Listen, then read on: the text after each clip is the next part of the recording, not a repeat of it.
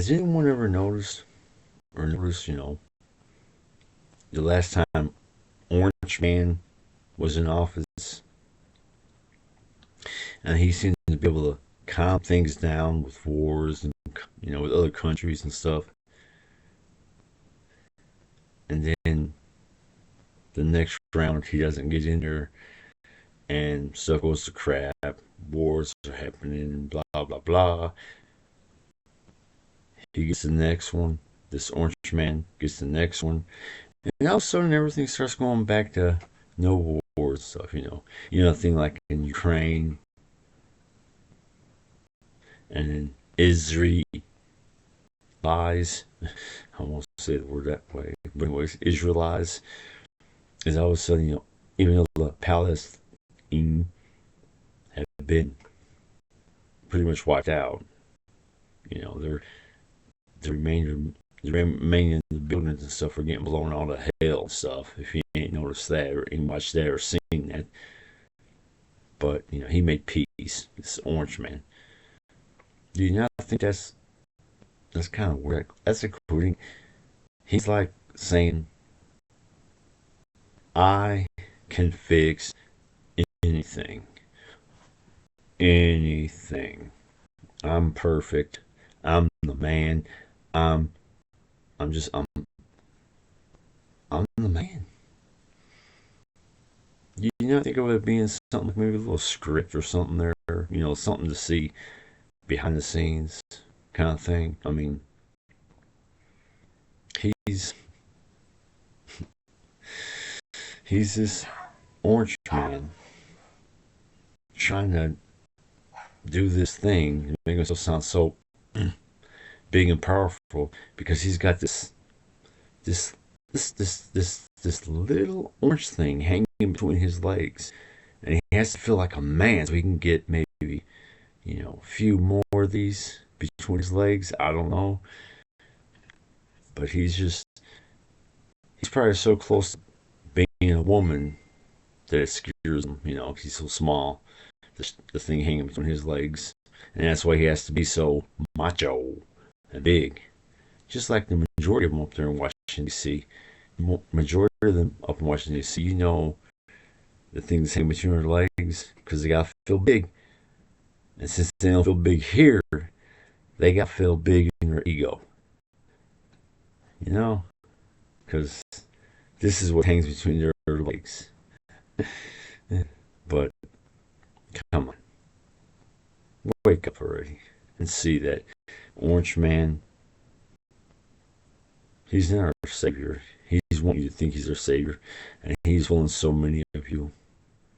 He is fooling so many of you believing in him. Stop. Start thinking for yourself and realize the only way to change any of this is for you and me, all of us, the 99%, to come together and realize that the 1%, they look at you and me like we're cockroaches. We are nothing to them. We're just experiments for them to spray their poisons onto us to see what kind of poisons affect us the worst.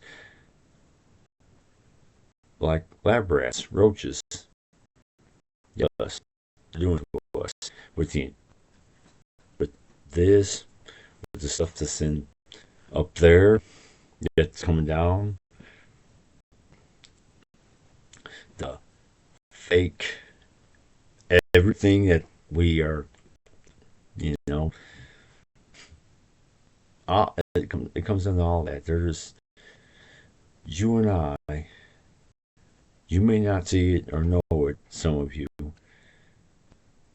We are so much. We are so much more than what they tell us we are.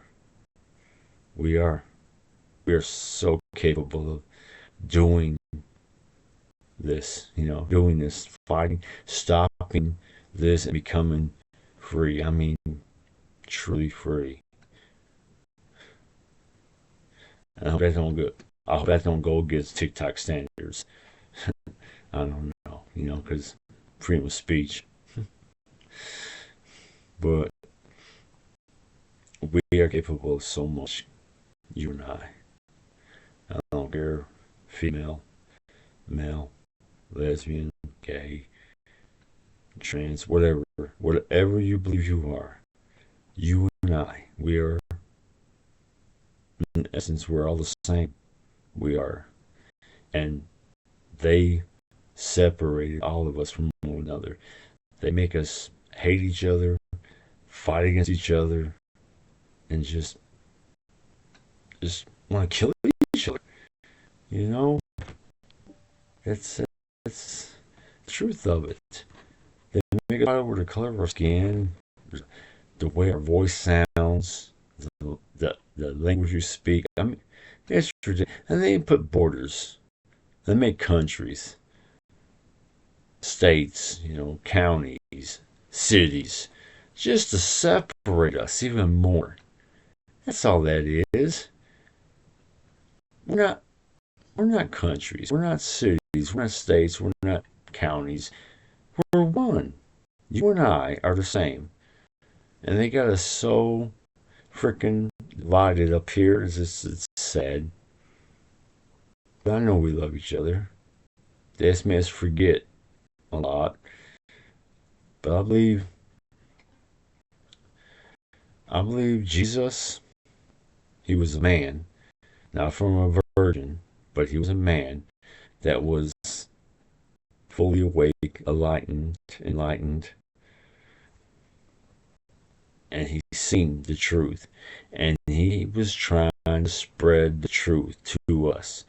And he had, 12 disciples, and he was teaching them and help, helping them helping him spread the word of what we are capable of. Everything that he was doing, you and I was capable of doing. We just didn't realize or know because it was been suppressed from the Roman Empire crap, whatever, or whatever that was back then. And he was trying to spread the word, letting us know that we are all one. We are all capable of doing what he's doing. And he was teaching that, and that was a threat to the government or authority at that time.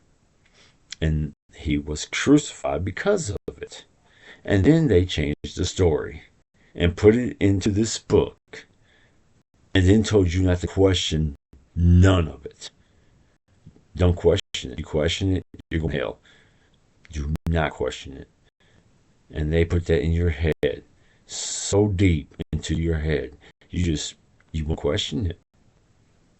You need to wake up. You need to realize they're playing us. They're doing this to us. I mean, this is crazy.